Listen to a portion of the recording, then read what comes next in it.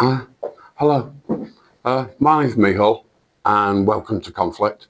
And today I'm introducing the third part of our series on the history of the modern world and the workers' movement. In the first one, we looked at the Industrial Revolution in England and its consequences. And then we moved on to the political revolution in France in 1789. The second part talked about how this revolution spread to Europe and the revolutions of 1848 and going on to the Paris Commune. Today, we're moving to the Balkans and we're talking about the rise of nationalism in the Balkans and the decline of the Ottoman Empire.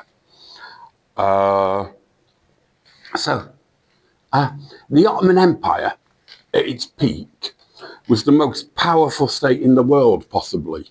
Certainly the most powerful state this side of China. It spanned 3 continents. Its territories included 30 modern countries. By the time of the Industrial Revolution, it's a bit past that peak.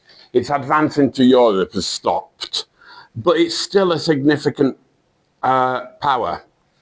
Yet by 1853, less than a century after the Industrial Revolution, and even shorter time after the political revolution in France in 1789, the situation was so bad that Russian Tsar Nicholas described the Ottoman Empire as a sick man of Europe.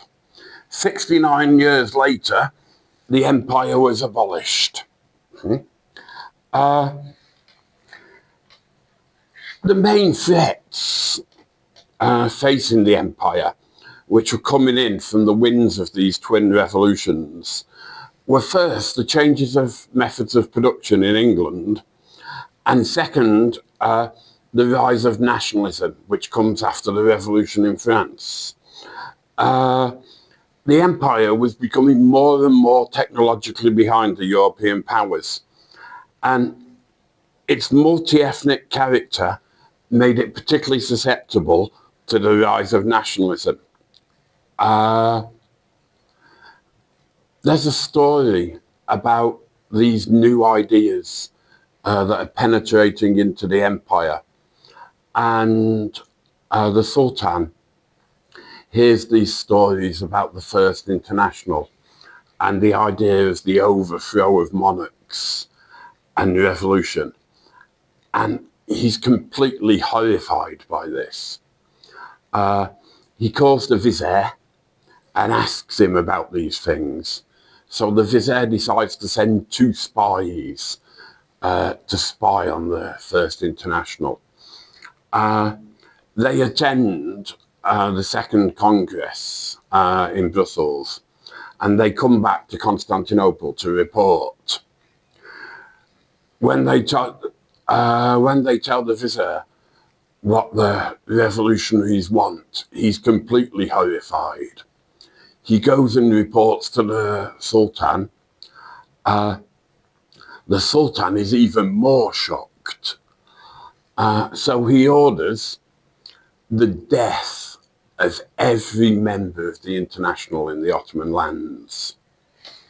So they find both of them, execute them, and the vizier has to find some new spies. But, I think before we go through to the main narrative, perhaps we should discuss the position of the empire. And for us, the key aspect of the Ottoman Empire is that it wasn't feudal. While in Western Europe, innovation was slow in the Middle Ages, it was happening. Feudalism was a system where the peasant owed his allegiance to a knight, the knight owed his allegiance to a lord, and the lord in turn owed his allegiance onto a king.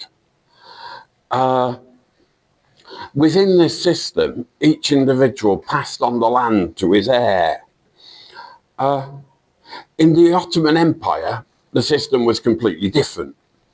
And each region was administered by a Beyler Bey, literally in English, Lord of Lords. And he was a sort of provincial governor, but he was appointed by the Sultan in Constantinople. And it's not a hereditary role. These governors could find themselves moved about from different parts of the empire. So they could be here in Philistra for 10 years, and then they could find themselves in Damascus. Why does this matter to us? It matters because it put back development. And the English lord has a direct economic interest in developing his lands for his son. But the Turkish governor in the Balkans has got no interest in developing his lands at all. His interest is in making the money while he can. So rather than the slow development of agricultural production, we see money grabbing. In this, both of them are behaving rationally in their own interests.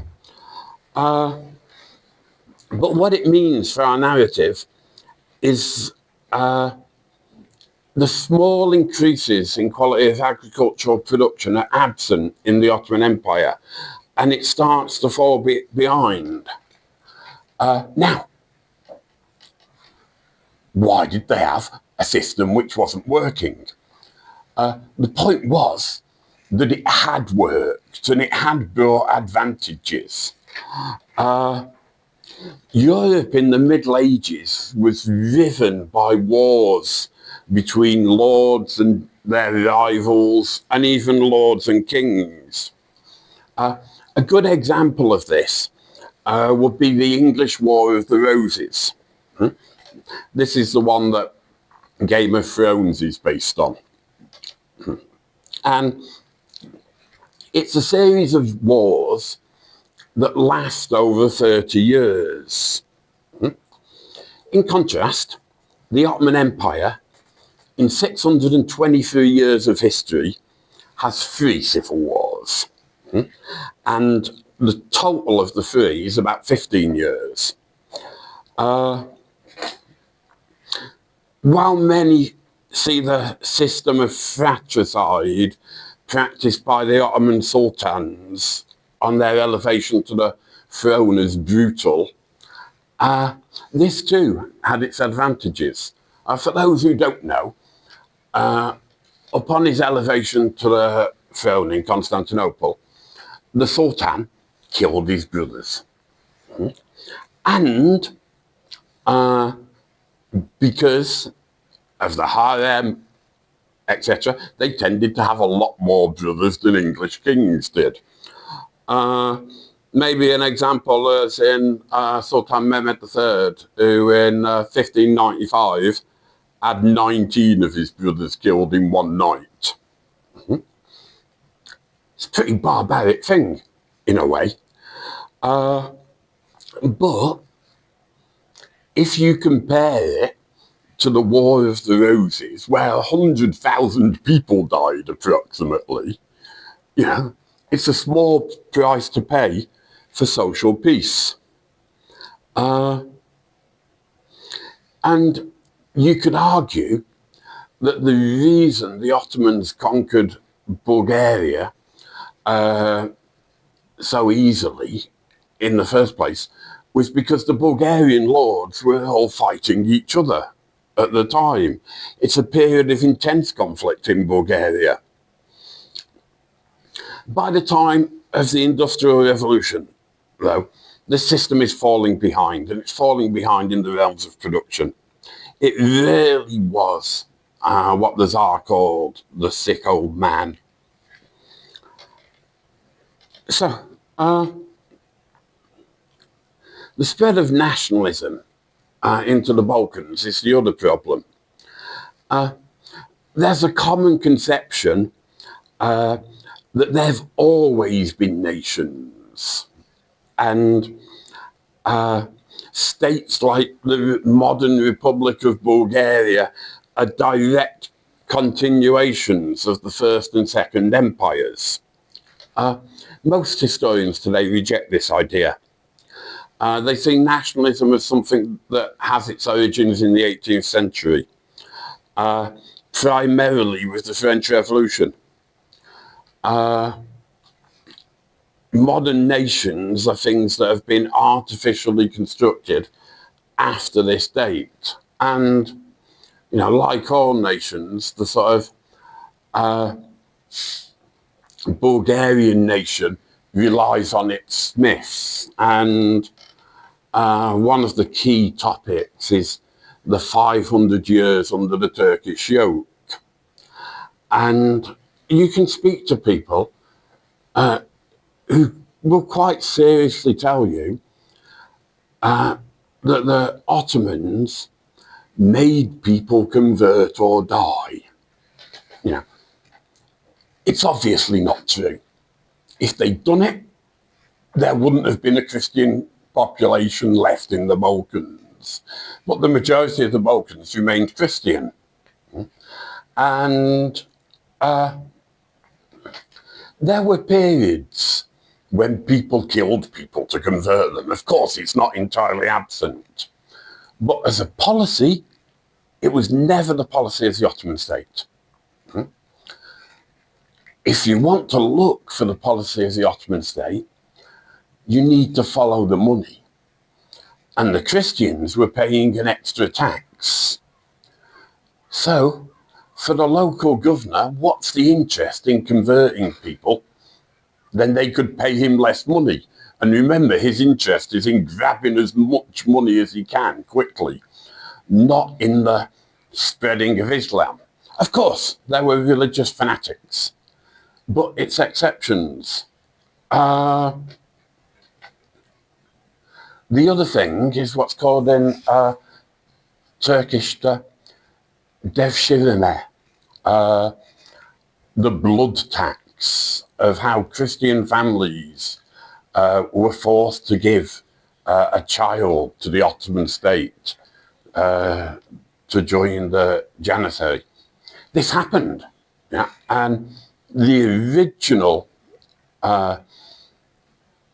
Ottoman state is built upon this, but it's something that passes. So in the 17th century, this has completely disappeared.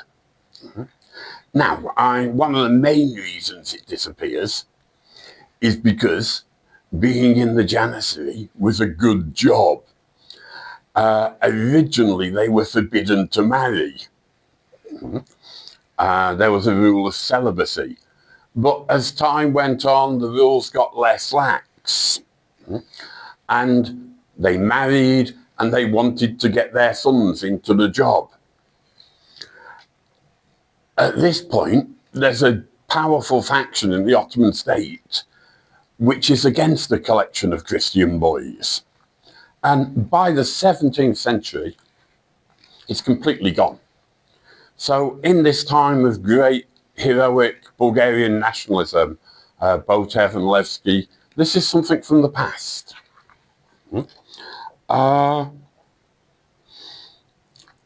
So, prior to the French Revolution, the empire had been divided into millets. This, again, is a Turkish word. I imagine most Bulgarian people are familiar with it. The millet is the root of the modern Turkish word for nation, but it means something different. It embodies a different concept. I'd say it's more like a religious ethnic community. Originally, most Christians in the Balkans were part of the Rum millet. This is the Roman millet. And remember, these people aren't real Romans, they're the Byzantine Greeks. Not anyone in Italy. The division of this millet into smaller divisions based upon ethnic groups is a product of the age of nationalism. The first mention of a separate Bulgarian millet came from the Sultan in 1847. And the Bulgarian Orthodox millet is officially recognised in 1870, just 8 years before the establishment of the Bulgarian state at the Congress of Berlin. The Bulgarian nation in this way, and indeed all the nations of the Balkans, are a direct consequence of the emergence of modern nationalism in the French Revolution. Incidentally, the Muslims of the empire, consisting of various ethnic groups, most notably Turks, Arabs and Kurds, but also lots of smaller ones, were all part of one millet, the millet of Muslims. Although it's not our focus today, ultimately it's the rise of nationalism amongst the Arabs, which is instrumental in the British victory in the Middle East in the First World War.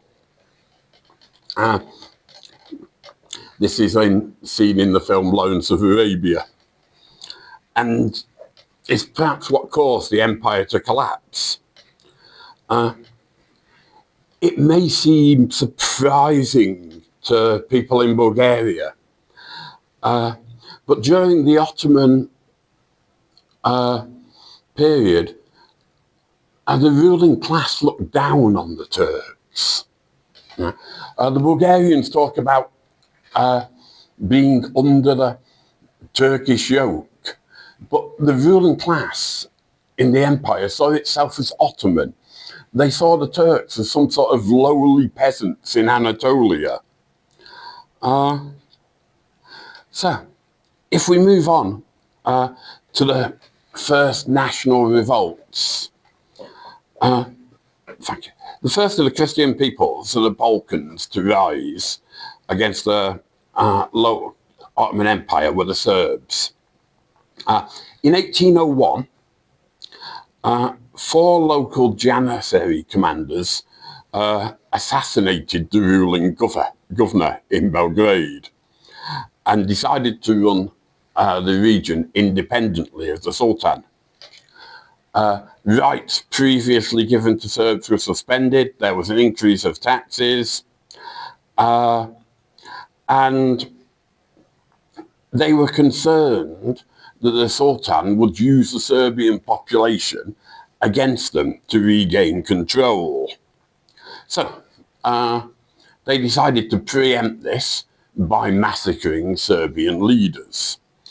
On one night, they killed 95 prominent Serbian leaders and put their heads on spikes in the centre of the town in Belgrade. The remaining Serbian chiefs, understandably, reacted a bit badly to this and decided to make a revolt and chose a man known as Đure Petrović, known as generally as Karađorđe or Black George. The rebel armies of Serbs were technically fighting for the Sultan against the rebel Janissaries. And they quickly reimposed their power and the power of the empire over the region. But sitting in his palace in Constantinople, Sultan Selim has got a problem at this point. The rebel Janissary commanders have been defeated, but now Black George is in control of the Serbian region. His solution is a military one. He decides to get rid of the Serbians. Unfortunately, the new Serbian army wins significant victories over the Ottoman forces in 1805 and 1806 and sets up the first Serbian government. The Serbian Rising is a massively popular cause across Europe. Thousands of volunteers flocked to fight in Serbia and join the revolutionary forces. They were provided with arms by Russia and Austria-Hungary. The insurrection caused unrest amongst Christian communities across the Balkans, particularly in Greece and here in Bulgaria. Still, despite these early victories, and despite their guns from Russia and Austria, the Serbian forces are massively outnumbered by the imperial armies. Fortunately for them, 1806 sees the outbreak of war between the Ottoman Empire and Russia. This allows the new Serbian state to consolidate. The war between the Empire and the Russians finishes in 1812. The Russians are winning, but they're keen to get out of this war because Napoleon's about to invade them. When the war ends, it allows the Ottoman armies to defeat the Serbs. And in 1813, Serbia's back under Ottoman control. First independent state in the Balkans has been crushed. But its legacy would inspire the peoples of the region to rise up against the Ottomans again and again. Direct rule is reimposed in Serbia, and it was a brutal rule. They took vengeance against the Serbs, which is probably a major factor in causing the second Serbian uprising, which happens in 1815. This eventually leads to the establishment of an independent Serbian state. It's supported by the European countries and, perhaps more importantly, by modern weaponry coming from the European countries. The rise of nationalism has begun. The next country where this fire spreads to is Greece. Philokiateria, the Society of the Friends, was a Greek nationalist organisation committed to the overthrow of Ottoman rule and the establishment of an independent Greek state. It was founded in Odessa in 1814, and it first joins a revolt in Wallachia, in present-day Romania, in 1821, where, along with Romanians and refugees from the Serbian uprising, they rose supported by Russia. At the time, Wallachia is not directly under the empire. It's a client state, a tributary state. The Turks just collected the money. The Ottomans intervened, though, to protect their money and put down the revolt with their customary brutality. Originally, these friends had planned uprisings across the empire. If we remember at the time that the different peoples of the empire are spread out, so the biggest city in the Greek world at this time is modern Izmir. And they planned uprisings in the Peloponnese, in Constantinople itself, as well as on the Danube. Their plans in Wallachia were discovered, which forced them to launch the uprising early. But in March, revolts broke out in Greece itself. The Peloponnese first. By the end of the year, it spread to Crete, Macedonia, and central Greece. Ottoman reaction here was typically murderous. In Constantinople, the Greek patriarch publicly condemns the revolt and preached obedience to the Sultan. To thank him for this, the Sultan hanged him in public on Easter Sunday. In Samira, which is modern Izmir, and it's the biggest city in the Greek world, the Ottomans sent troops in from central Anatolia and they committed pogrom. They slaughtered, raped and plundered. A senior local imam was asked to issue a ruling, a fatwa, which justified the murders of the Christians. He refused, so they murdered him too. And as a military response to the Greek rebellion, the Sultan calls upon Muhammad Ali.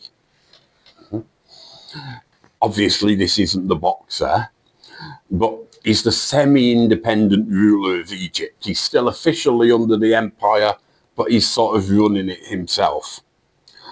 He wasn't Egyptian at all.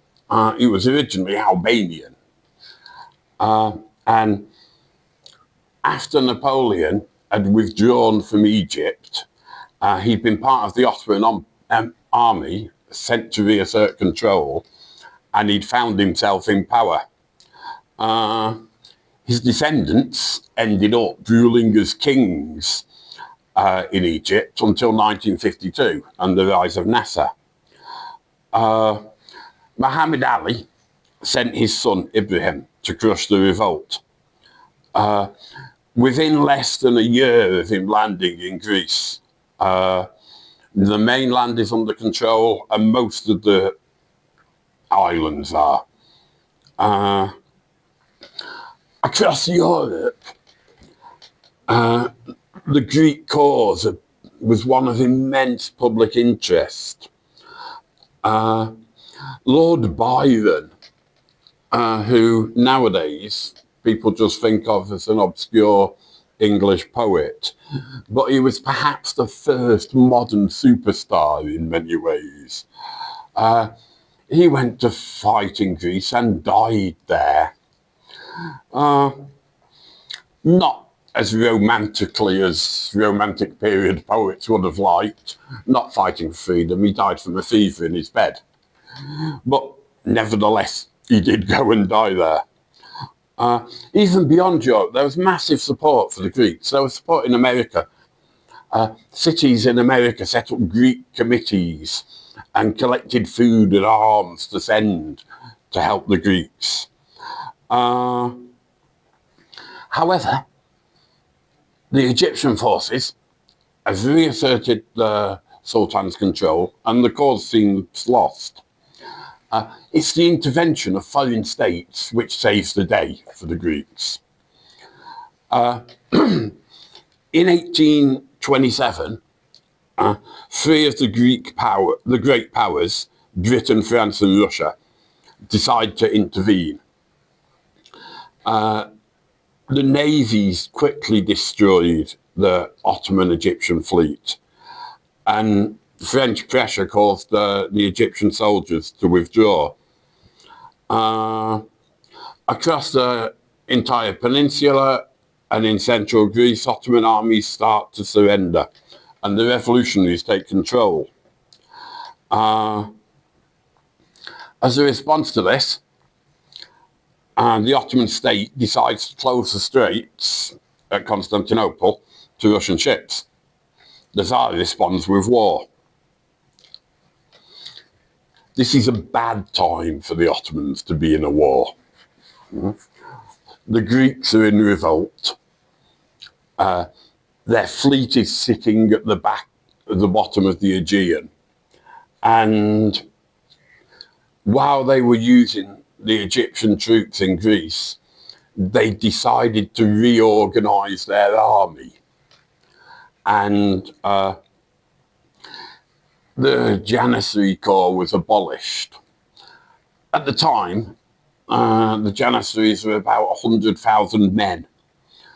Now, they've got a position of power in the state, and when you abolish the power of someone in the state, they tend not to go home quietly. They're put down with force, brutal force, like the Christian populations.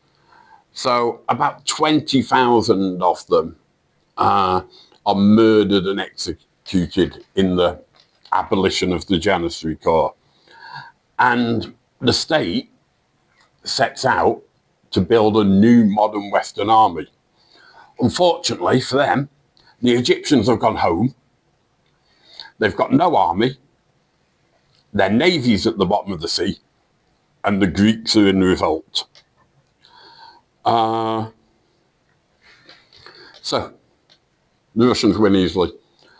The war's ended at the Treaty of Adrianople, modern day Edirne.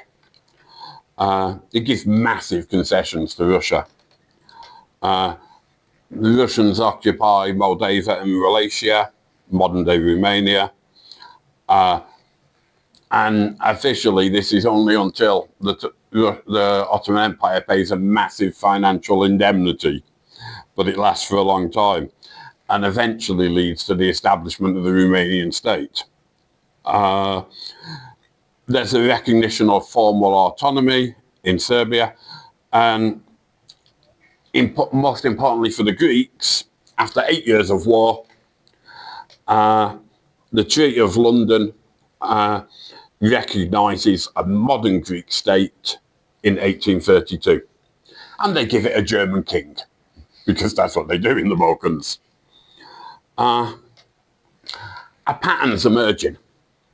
The national aspirations of the various Christian peoples of the Balkans were assisted against the declining empire by military forces of the great powers, particularly those of Russia, and we've concentrated on Russia here, but also by Austria-Hungary.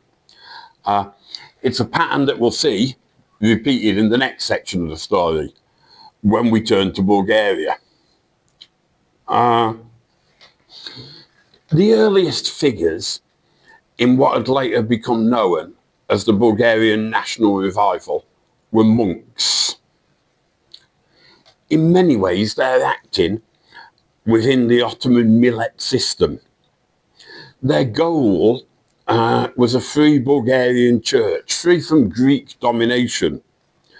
Paisi Helidansky, later to be made a saint, was the key figure in this. And his history of the Slavo-Bulgarians is considered its greatest text.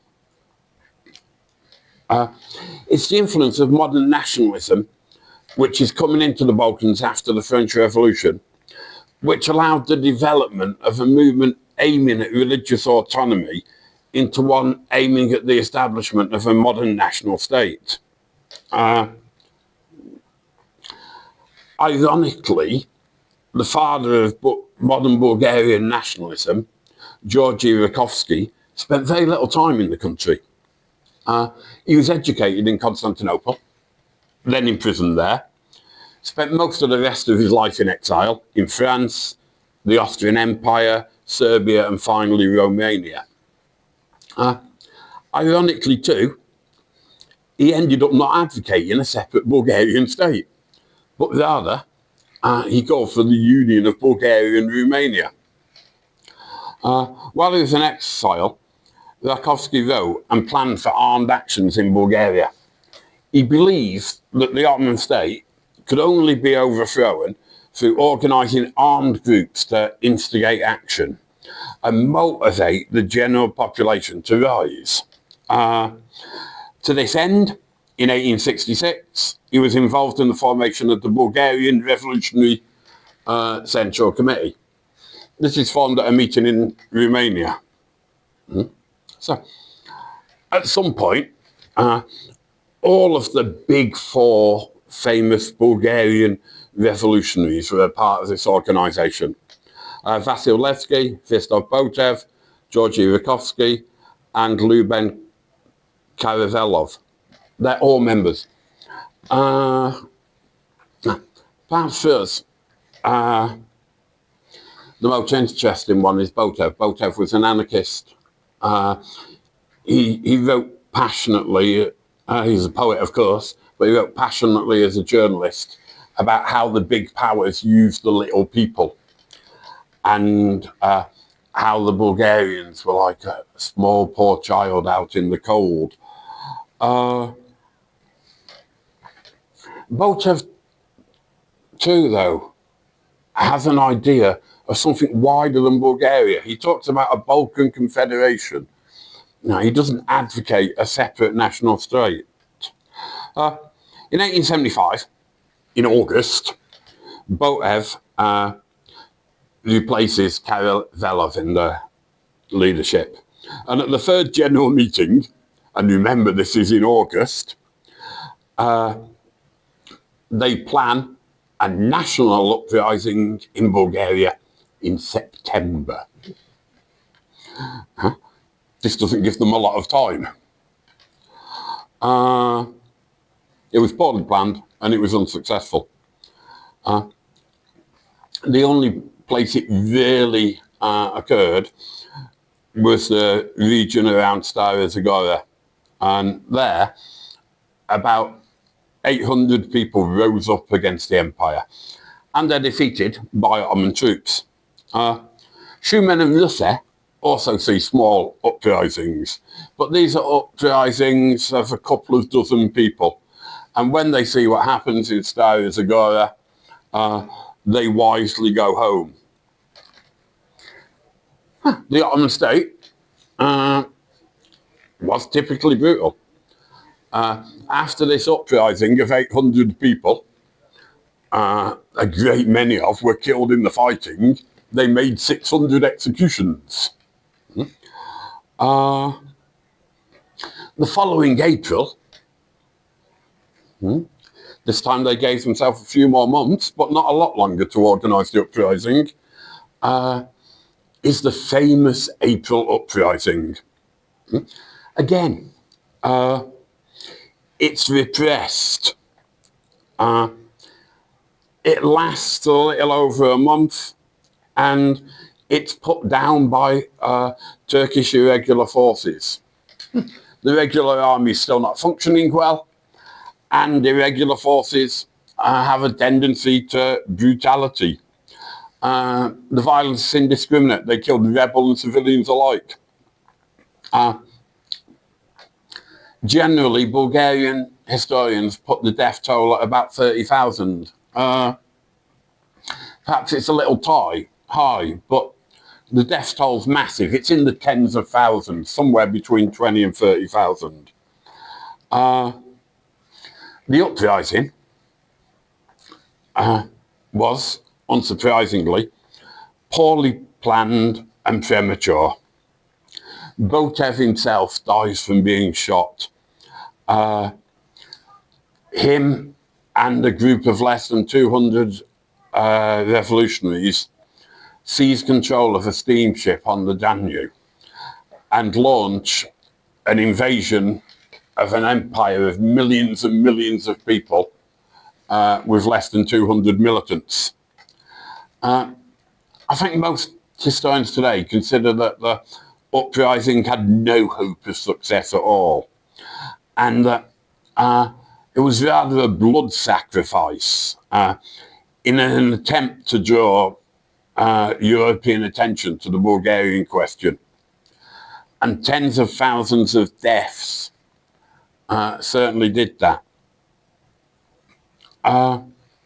So if we turn to the sort of imperial conflict, in 1853, Russia had fought a war, this is the Crimean War, against an alliance of the British, the French, the Ottomans, and sort of oddly, the Kingdom of Sardinia-Piedmont in Italy. The dispute that leads to the war first emerges in arguments over monasteries in the Levant. Both France and Russia claim the right to protect Christians. And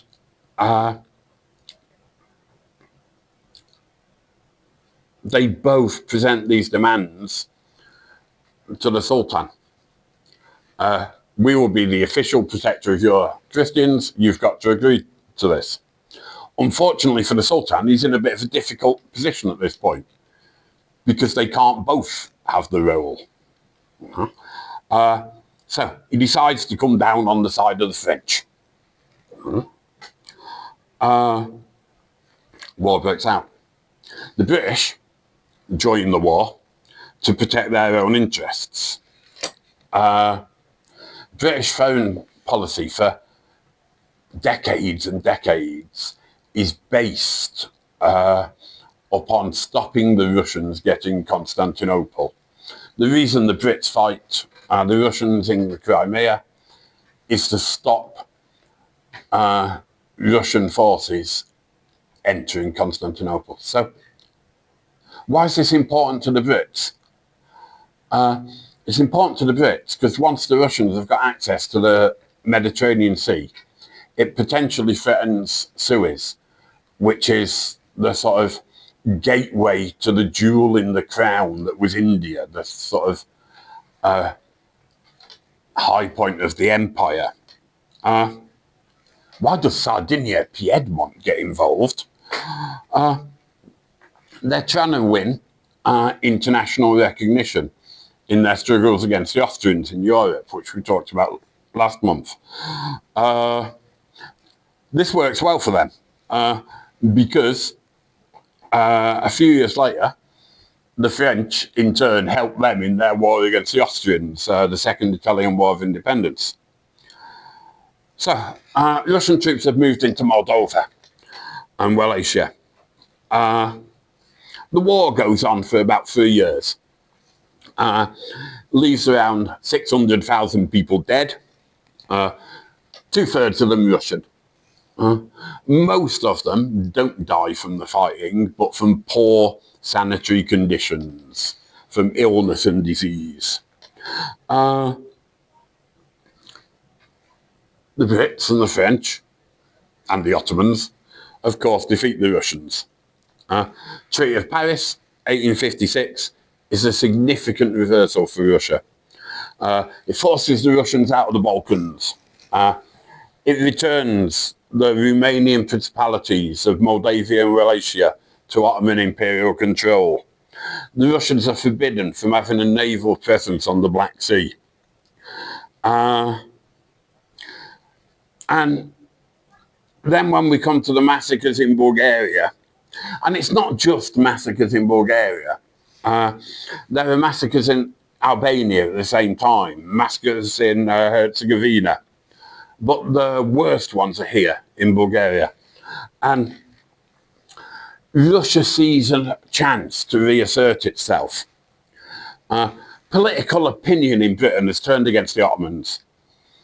Where they'd once fought this huge war in the Crimea to prop them up, now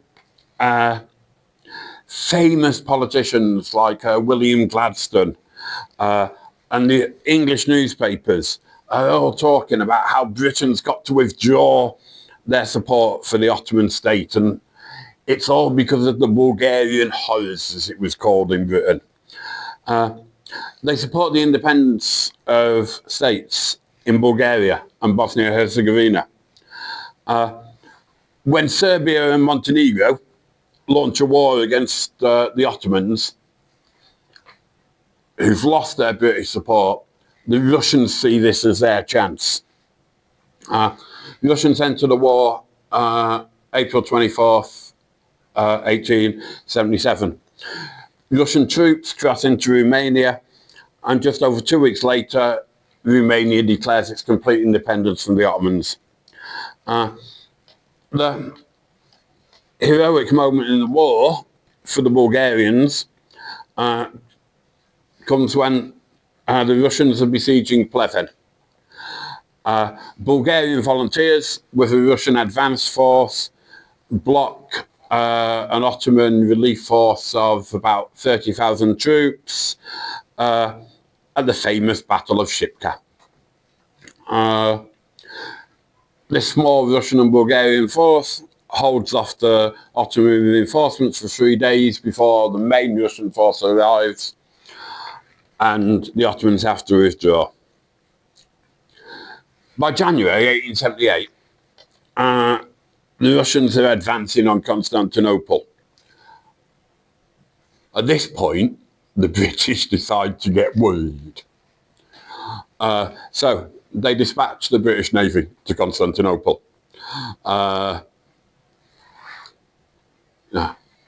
The Bulgarian horrors had obviously upset them, but when it came to imperial interests, they forgot about it and went back to supporting the Turks, and the Brits insisted that the Russians stop their advance.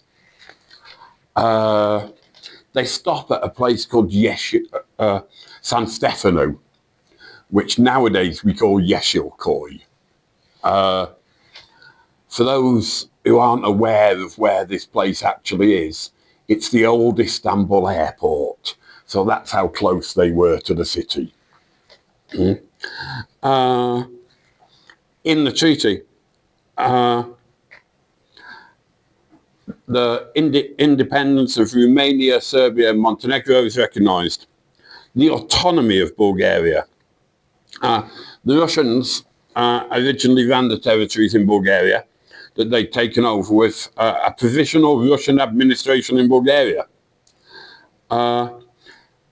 At the Treaty of Berlin in July 1878, a conference of the great powers, which the Bulgarians weren't invited to, a principality of Bulgaria was established and Macedonia returned to Ottoman administration. Of course, when they were looking for a prince to run this new Bulgarian principality, they decided on another German, Alexander of Battenberg. He just happened to be a nephew of the Tsar. Liberation had come to Bulgaria, but not as in the vision of Botev, as one of an awakening people, of one of unity across the Balkans, but rather as a result of machinations of the great powers. I think if Botev had lived to see the day, he would undoubtedly have been disappointed. Okay, that's the conclusion of this third part. Today we've examined how imperialist conflict led to the defeat of empire and the establishment of the new states in the Balkans. We'll return to this region in part 5, when we'll discuss the results of the treaties of Berlin, the Balkan Wars, and the coming First World War. Next month, though, we'll be discussing the growth of the workers' movement and 2 major tendencies within it: social democracy and syndicalism. Thank you very much.